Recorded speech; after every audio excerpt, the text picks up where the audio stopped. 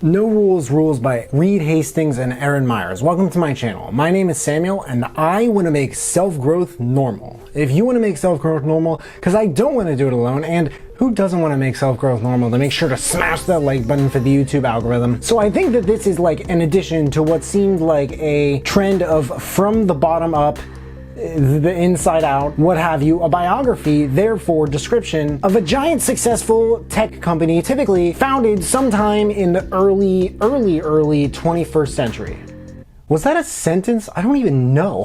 From the founder to the culture to the history to the scaling to the current operations to the future, a company is highlighted to the reader or listener. Made in America by Walmart founder Sam Walton. Alibaba, the house that Jack Ma built by Duncan Clark. To me, a really exciting one, which is The Everything Store by Brad Stone about Amazon. There are others I haven't checked out. There's one about Airbnb, just one earlier this year I think was called No Filter about Instagram, and Delivering Happiness by Zappos founder Tony Hsieh, but you know what I mean.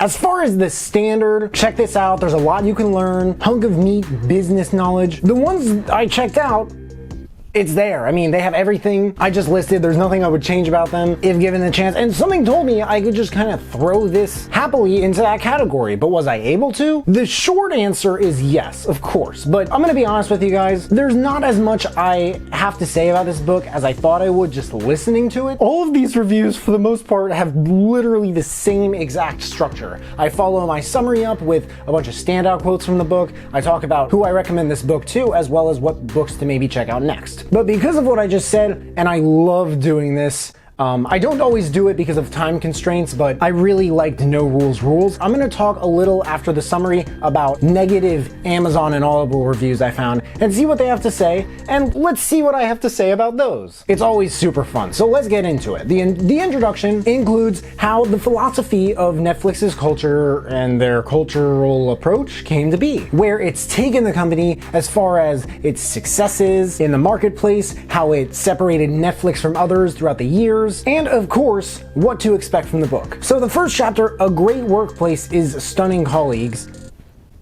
I don't know if this is like grammatical, I don't know. This reminded me a lot of Pixar's Brain Trust sessions. A lot of the time in the workplace, I think that feedback presented in this chapter as actually, well, proper. That feedback is, I don't know, if I heard it, I'd actually be probably a little bit insulted, especially in the past. What's interesting is that they talk about it in this chapter in a way that makes it sound so mundane and okay. And I think that a reason is that it's almost expected of employees as a result of, their employment, to give the type of feedback that is so direct that most people would probably consider it like startling or insulting. Not just employees are expected to give it, but management to other management and employees are expected to give it to management, like out of the blue. Like, are there any questions? Yes, I have a question. I think that this presentation was not done well. I think your other one last week was much better because it highlighted X, Y, and Z. And everyone who's hired at Netflix is taught how to do this when they start there. This involves belonging cues, for example, which make people feel like they belong. I don't know what else it would mean. But this whole section about feedback, it really stood out to me because it's like, here is how to create an environment that fosters a collective habit out of this behavior of giving feedback very directly, but learning how to take it as well in a healthy way. Another thing is removing vacation policy. Netflix had huge success with this. There are a lot of reasons for it and why it works, but I'll leave those in the book. For now, quite a few other companies like Glassdoor and LinkedIn have adopted it, and they One company said that in a year, unlimited vacation time was ranked third in their top benefits, just behind health insurance and retirement funds. It beat out vision insurance, dental insurance, and professional development. So it left these people, as you could imagine, like a bunch of blind zombies who were very well rested. I'm kidding. Obviously, I don't even think that made sense. In remove travel and expense approvals, listening to all of this though, like this review so far, could we at least agree that a company would do these specific things in its culture that is predicated specifically on freedom and responsibility? I would say that. I think I just did. Before we get to the next part, I do want to say that something I love in this book as well is definitely the personal stories they told. Reed Hastings and Erin Myers. Erin Myers is a business consultant.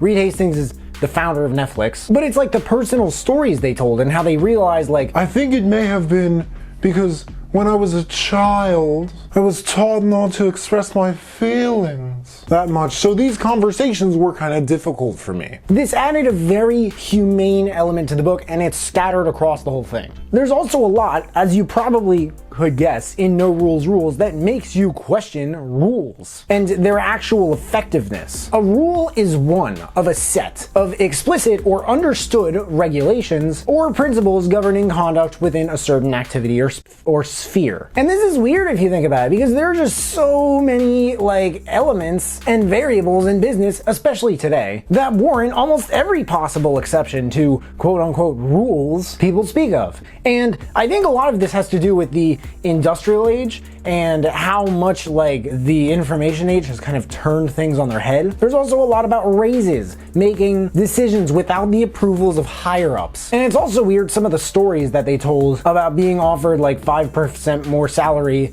than another person had, then doing research and asking similar companies, imagine doing this. Like, what do you pay your employees in this position? Some of this just kind of makes me wonder, like, before software and phones and the internet and electric cars, how much of this in a successful startup would actually be like viable. On top of the stories that I mentioned a minute or two ago, before we get to the next part, there are also some touching moments. They reminded me of what you might hear in maybe Dare to Lead by Brené Brown. Reed went last and just started crying, talking about how bad he felt putting the company in the situation he did, how much he learned, and how appreciative he was of us for sticking through it with him. The Keeper test is just another example of straightforward thinking, wrapped up in freedom and responsibility, like we said earlier. The Keeper test is asking yourself, like, which one of my employees, if they said that they were gonna quit for a similar job at another company, would I fight to keep? There are so many of these things in No Rules Rules that you listen to it or read it and you think, okay, well, Netflix they're a proper company, for lack of a better word. They don't believe in like 5-year plans. Because who on earth knows at least what the entertainment industry is going to look like in 5 years from now. But they are firm believers in a way of doing things that can help them easily adapt to those market and industry changes. But what do the negative reviews have to say? Srikanth Raju, I really hope I'm pronouncing that right, he called it an infomercial for Netflix. A self-advertisement saying it's too early to celebrate a 15-year-old company, and there was only a half chapter at the end of the book about how the culture would be adaptable globally. According to whom, is that the right usage of the word whom? According to whom, other than Srikanth,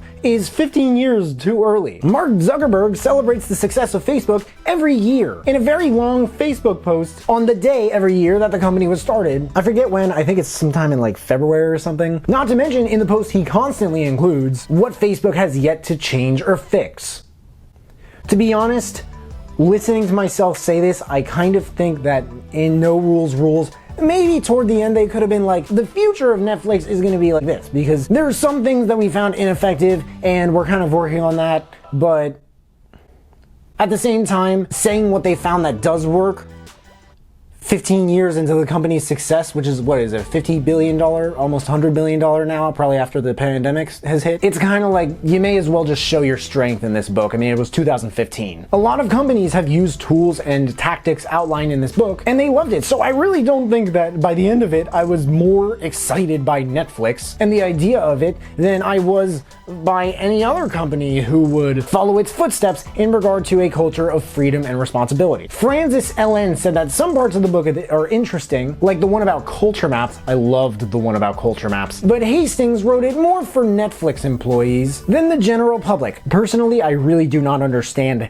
where Francis got this from. Again, lots of companies have used tactics and tools in this book and really outlines it all for sure in a storytelling sort of let's gather around the campfire and sing our CAMPFIRESONG song kind of way. But is it possible that Reed Hastings and Erin Myers, like that's just kind of their way of teaching things? I don't know. I found the whole thing interesting, but I really had to dig for these reviews. And they were both 3 stars, so quotes. Only say about someone what you will say to their face. Real life is so much more nuanced nuanced than any policy could ever address. The problem with secrets is that once you tell someone, it's not a secret anymore. Don't seek to please your boss. Seek to do what's best for the company. By withholding your opinion, you are implicitly choosing to not help the company. Getting it perfect doesn't matter. What matters is moving quickly and learning from what we're doing. It's not only Americans who love to be in control of their own lives and work. There's nothing cultural about that. Direction 1. I recommend this book for anyone who wants to, 1, know what altogether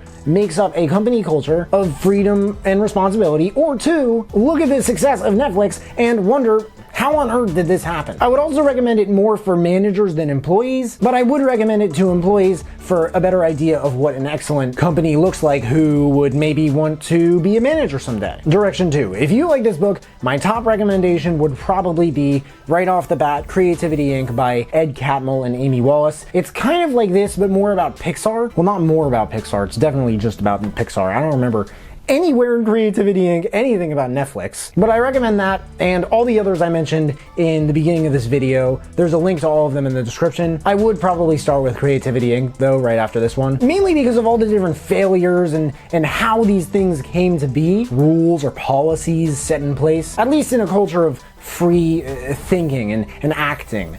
No Rules by Reed Hastings and Erin Meyer. There's a link in the description if you guys want to check it out and read the reviews. That and all the other books that I mentioned in this video, if you want to check those out too.